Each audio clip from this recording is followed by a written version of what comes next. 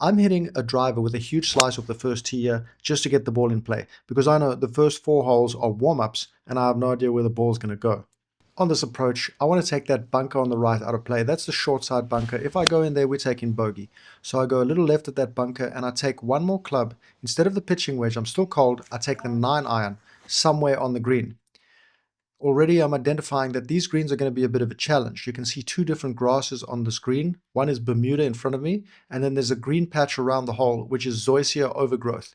That makes the greens very slow, very bumpy, and kind of squirrely, so the ball just goes left and right randomly instead of breaking with the slope. That's a very nice par on the opening hole, and if I can go through the first 4 holes at level par, we are going low ski today. On this par 5, it's a very short distance to reach the water. It's split in 2, and I hit the 4-iron here really badly, which leaves me a long approach. Not really a problem though, since it's a par 5. So I just slash wildly at a 6-iron, completely skank it, but luckily it carries the water. And, you know, first couple of holes, you're going to hit some crap shots. You're going to count your blessings and just capitalize. So I'm still in play, 2 crappy shots, and I've got a chance to hit the green and reg. No problemskis. No moaning, no whining. Just get it on the green. Players, one of the things I like to do as a low handicap is play urethane covered golf balls, okay? I like the Seed. This is the Seed SD01. Absolutely money golf ball. This is the same one, except it's the jack, so it's got this cool pattern on. While I've left myself the longest putt possible on the screen, it doesn't matter because I trust my depth perception, I trust my brain's perception to be able to hit the putt the perfect distance, and that's exactly what I do. It's just pure trust, no skill. Now, I generally cut this corner on this par 4 on the left-hand side over the tree. But the problem is I always end up on a downslope with a partial shot or a shot I don't like onto a downslope. And I don't want to hit on a downslope to a green below me that slopes away from me. Perfecto. Now, as I'm playing, I'm reading conditions in the first few holes. The ground here is a bit more of like a red soil, right? It's a bit more red soil. It's a bit clay-ish. And it's very firm, okay? The ground is still very firm, not that much rain yet, so I'm getting a lot of rollout. I felt in the first couple shots the club hitting the turf quite firm, so I need to remember that. So there's actually more shots in my disposal here where I can roll the ball up, things like that. As I'm going through the game, I'm looking at the lies, I'm interpreting what kind of grass we're playing on here. This looks different to the other course I play. There's more cow grass in the fairways, like here. And then there's Bermuda Zoysia mixes, so it's going to be a different challenge.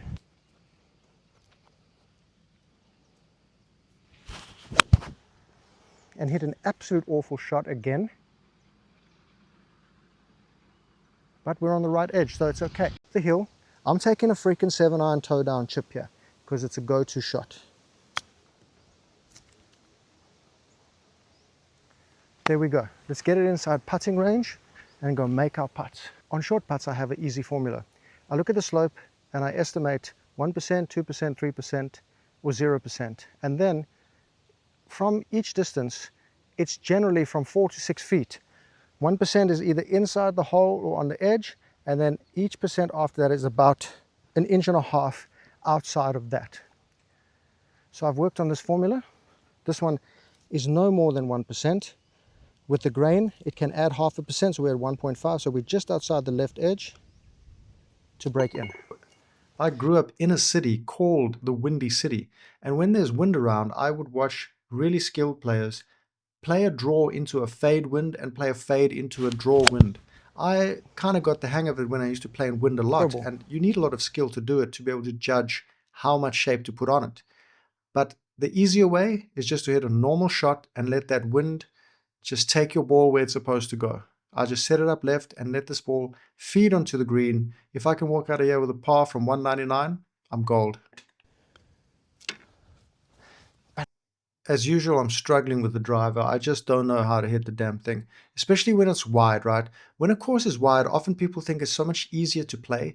I cannot find something to focus on when it's wide. When I play tree line courses or the course I grew up playing with 20 to 25 yard wide fairways, I find that tunnel vision that the trees and the obstacles create give you such a target, such a focus target, so that you can just focus exactly where you're going to go. The hole almost shapes the way the ball is going to go just because of the visual. When it's wide open like this, I miss more fairways when the fairway is 60 yards wide than if it's 25 yards wide. You know me, players, I'm as vanilla as they come. But for some reason, I like disruptive sponsors. And VistaGet is a disruptor. VistaGet Golvia 30, absolutely money. Been with this company 3 years now. 3 years, because I love their products. Slope, no slope, meters, yards, magnet on the side, USB-C type charging. I know this thing like the back of my hand. Why? Because it's the greatest. This is the greatest budget rangefinder of all time. Check the link in the description. Absolutely phenomenal. The wind, hold it up, and then let it spin back if it goes past the cup.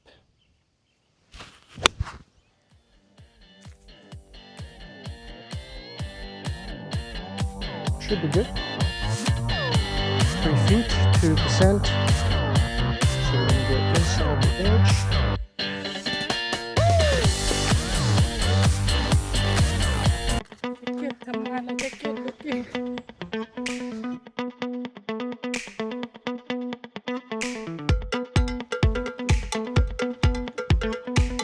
And that's how we do it, players. That's how we do it.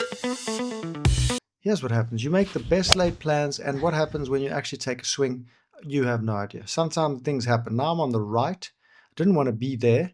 I've got this weird shot that I wasn't expecting, and then it's off a very firm lie, and I squeak that one out to the right, leave myself a crappy chip that, you know, the green's sloping away from me where I am here toward the bunker, so I try to run it. That turns out to be crap, and I two-putt and I walk away with a 5. And you know what? If I can play a crap hole and make a bogey, I'm absolutely money. This is a tricky optical illusion hole. You got these bunkers in front of me here, but there's 2 fairways, one up on the left, one up on the right. So I find if I aim straight down the middle of those bunkers, I'm either going to fade or I'm going to draw it. I never hit it into them. So I figure I aim it at the left edge of the bunker and then see what happens. And generally, it turns out pretty good.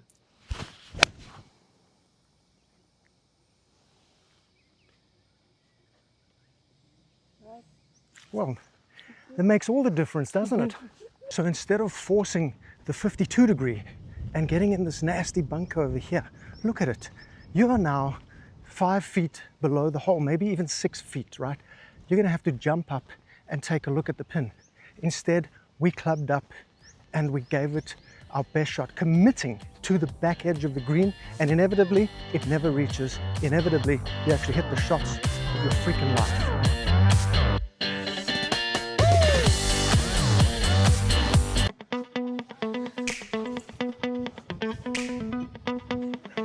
Unbelievable, birdie sauce be phenomenal.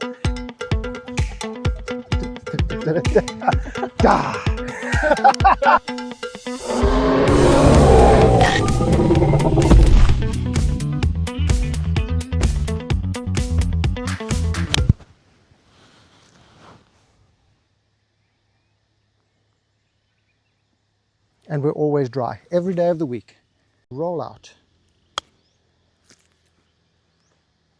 Look at that, left to right. Oh, that's money, that's money. Qua. So I'm going to take a 7 wood here just to stay in play because I'm not feeling 100% on this tee box. I don't know why.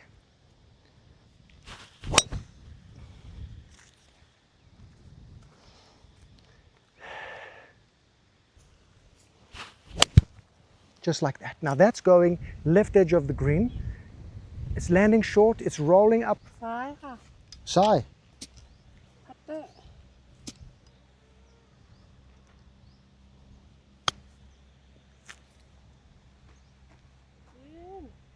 In. Ooh. Ooh, that's quick. That's the quickest green on the course right there. 350 with a 9 wood. We want to leave ourselves about 150 in here. That's absolutely money. My favorite hole of the round, because I thought this hole was 50-60 yards shorter than what it actually is. I looked at the wrong part of the scorecard. Right, huh? So now I'm a little bit annoyed. I've got 237 into the hole instead of 180. So I break out the 7 wood and just, you know, spray and pray it, hopefully get near the green. I put it up on the right-hand fringe, and then we just let the skill and the trust of the putting let the dominoes fall into place. Walking up to the green, I can see that's the highest point of the green. So I'm heading onto a downslope for sure. The other thing I notice is that there's a burn mark here. So it's down grain and slightly right to left on the grain alone. Yep, definitely uphill, so it's downhill that way. And what I'm reading is also the grass, okay? There's a slight overgrowth in this green. There's a lot of Bermuda, and then there's some kind of, I think it might be a zoysia that has grown in here. So that's how the green's going to be drier and faster. This one's going to be slower. It's still downhill, still down grain. But I might have to not play it like I'm at Augusta. I'll play it like I'm at a 10 stimp green. And watch this ball get taken by the grain at the end. Should move it right to left. Just in. There we go. So move just at the end there. Where's the jacket? No, it's okay. In. Wow. From nowhere to birdie time. Huh? 3 birdies. And then you told me gold color. Now for higher handicap golfers, I always say your number 1 goal on a par 3 is to avoid the hazard. So here, I'm taking that advice. I'm not exactly playing my best. I can feel something inside of me is like I'm being held together by duct tape. So I hit it way out to the right, and if I pull it a bit toward the hole, that's great. If I don't, I leave a chip and I guarantee the 4, at least not taking a 5 after dumping it in the water.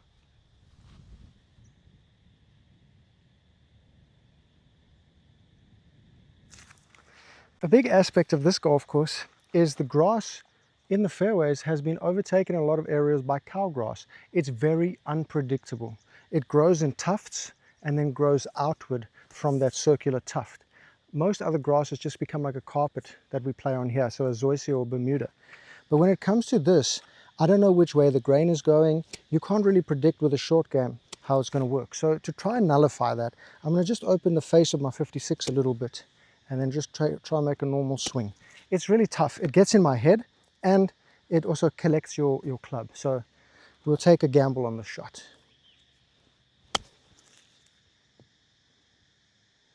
Okay, that worked out that time. Beautiful. On this par 5, I'll tell you something right now. For some reason, no matter how wide it is on the left, I always put it on the right, go in that bunker. Now I'm up on the slope, and that is the best drive I've ever hit here. It's time to hear from my favorite rangefinder company.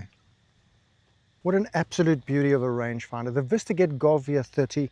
You are not going to find a more premium budget product on the market. The VistaGet Golvia 30, slope, no slope, meters and yards.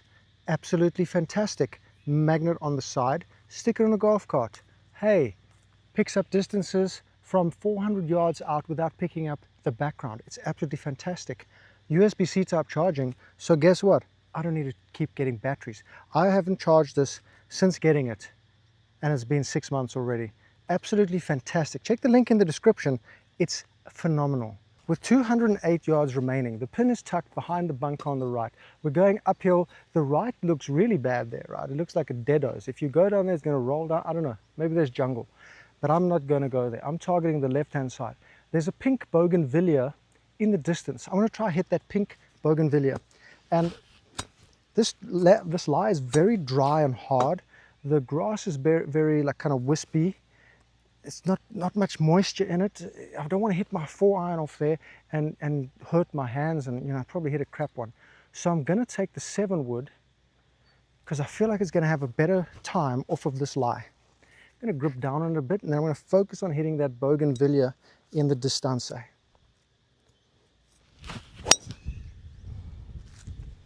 Okay, sit down now. That's quite a hefty blow.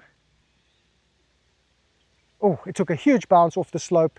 I think it might be on the green. Come on, man!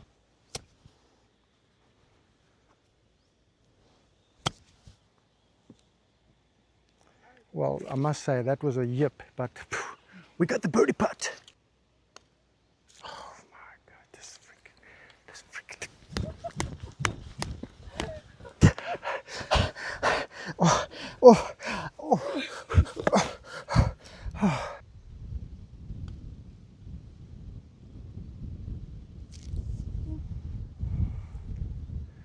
Where's the jacket? Come on, Maddie. Come on, Matt.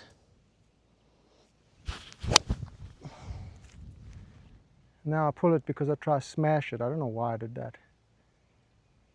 You, May? I've got so lucky. Those slopes are 15 feet tall, and now the ball has hit them. They're very firm. There's no moisture on them, and it's come into the fairway like I'm playing some kind of links golf. Absolutely phenomenal. But now I don't want to be the sucker here. That's a sucker pin. We're into the breeze. It's 105 yards. I don't want to be the sucker. The sucker goes short because he's trying to hit the number. I want to hit the back edge and let the wind take care of the rest. This is going to be a sawn off shotgun 9-iron, little sawn off one. And we're going to try not get it through the wind, let the wind take it, but I don't want to use a wedge and let the wind take it out of contention.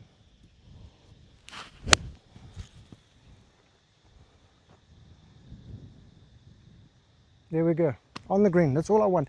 Here's the mind-bending piece, okay? We're on grass, that's Zoysia Bermuda blend. Then we go into the fairway here, where we have the soft kind of lush elephant grass to chip off of. And then as we go further back into the fairway, that was a more clay-like, wispy, sparsely grassed, mixed grass area. So from tee to green, we're playing 4 different grasses, sometimes 5. Just put it in a good space. A little bit more, a little bit more. Oh, you see, downhill, much faster, much firmer, much drier. Oh, I didn't think too much there. Whew. Wow, that's a roller coaster ride of grass. It's going to get me too close to the green on the best line, and on a bad line it's going into those rocks down there at 320 yards because it's really downwind and it's very firm and downhill down there. So if I take a 2-iron and just clear this bunker in front of me, that's going to actually give me a really comfy shot in, no partial shots. And if I do spray it out to the right, we're not going to reach those rocks, so I'll have like a 7 or 8-iron into the green.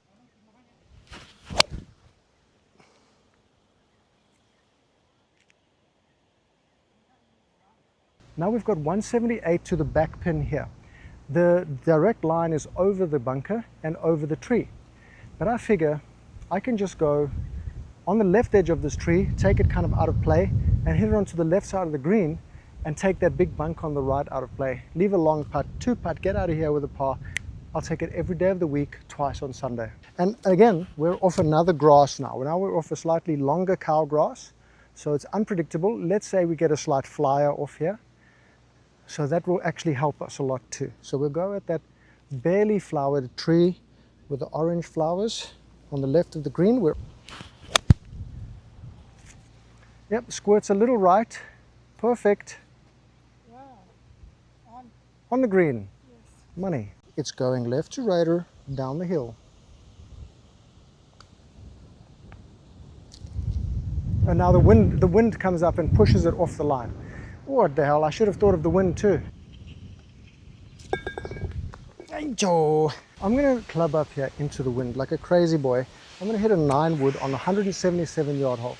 So if I'm doing 1 club downwind, I'm going to do 2 clubs into the wind by clubbing up. I don't want to finagle a shot with a low 6-iron or something like that. So I'm just going to hit the 9-wood and hope for the best.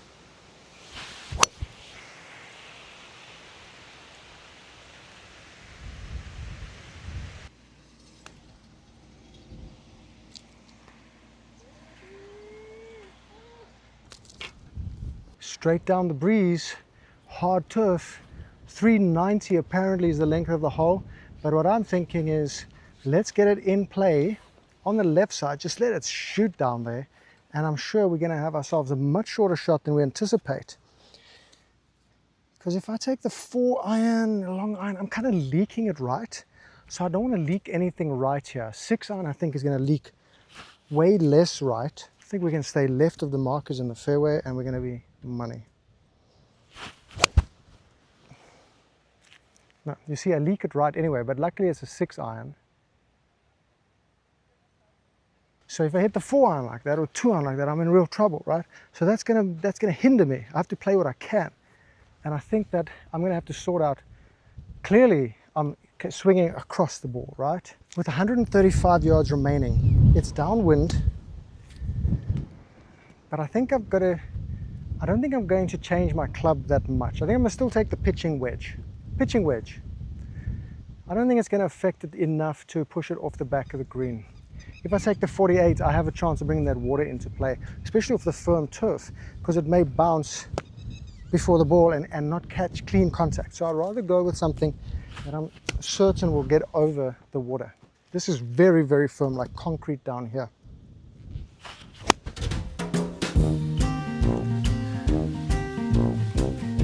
Oh my.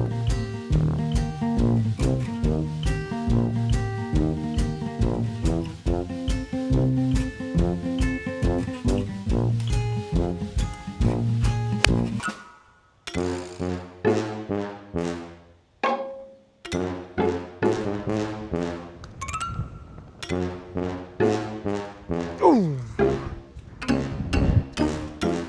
I'm going to play to my tendency here and hit the 4-iron, knowing I'm going to slice the hell out of it. Just knowing I'm going to slice it. So I'm going to aim it straight up there at the white marker in the middle of the fairway. That's the 150, and let it push to the right.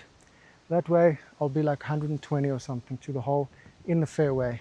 Absolute bouncy.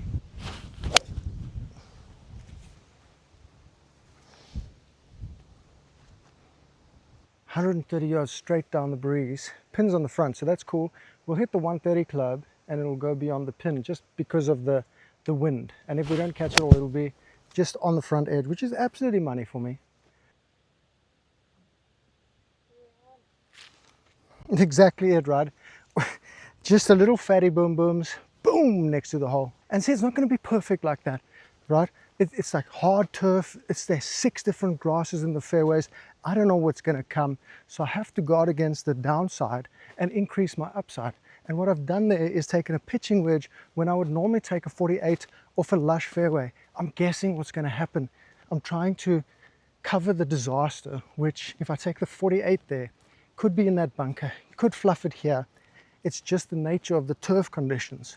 And that is so important. Like, it's all I care about actually, is just looking at the turf conditions at every single shot. This is completely changed.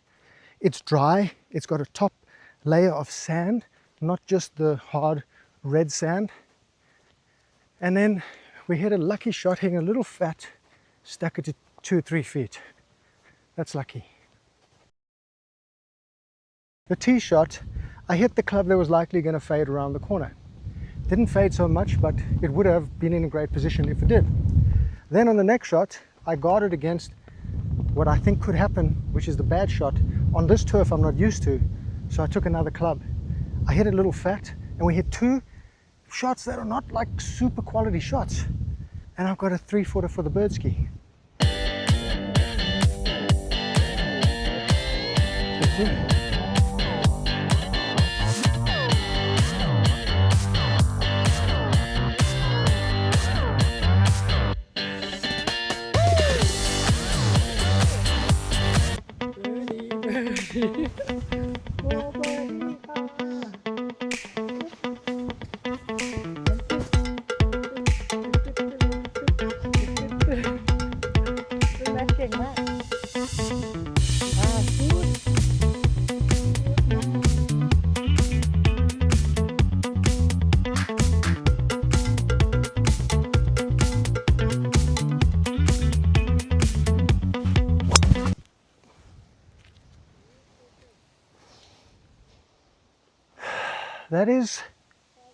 That is a monster. That is a big dog. Big doggy. Let's go get something. Let's see. Okay. There's the measurement.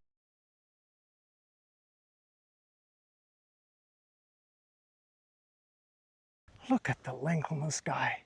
Look at that. 344. That's what I'm talking about. And that's with, what is that one?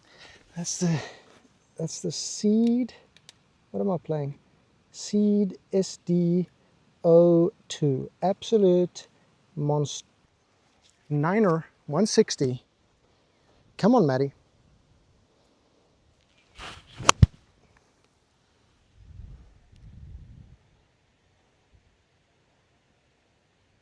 Well, that feeling didn't work at all. And now we have this chip on this elephant grass again. So I'm going to try to take my body out of it. My gloves full of sand hands. Let's just rotate back and forth. Well, that's what we're going to take from freaking 350-yard drive to freaking putting for birdie from freaking too far. Okay, if you had offered me that putt from the tee for birdie, I would have taken it. So let's put this in perspective. I don't know where my cad's gone. Oh, she's just getting us the birdie jacket because she sees it is imminent. She sees the birdie jacket. What a great way to celebrate this life. I mean, I go home after this, I stay just over that limestone, whatever you call that, just over there. Gonna see probably an elephant walk through the property later. I'm gonna barbecue some meat for the next few days. Meal planning, meal prep, as they call it in the fitness sphere. And no one's going to jail. No one's terminally ill right now. And it's a beautiful life, to be honest. It's a beautiful life. I'll probably go have a beautiful espresso. This is for a birdie, eh, cats? No birdie, no tip. Kitwala. I think tong tong do I. Hen do I. Downhill, no? Huh? Downhill. Downhill. We have to prove this once and for all. This is uphill. There's no way this is downhill. I'm getting swindled on the reeds. 15,000 steps. This is what I'm talking about. I don't know about you guys, but I'm losing the weight. But this freaking air, look at the area around here is just not coming off. Does it come off last or what? It's annoying me like hell.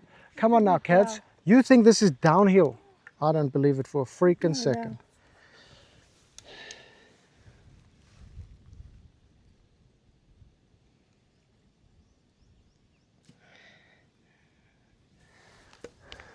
Okay, you are right. You are correct. Down, Yes. down, up. Down, a little bit down. Okay, I take it back.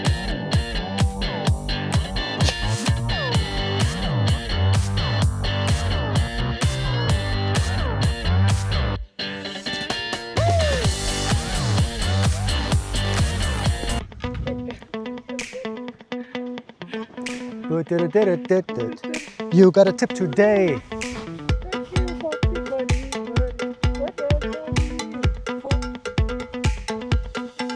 This is a dream! Oh! Oh!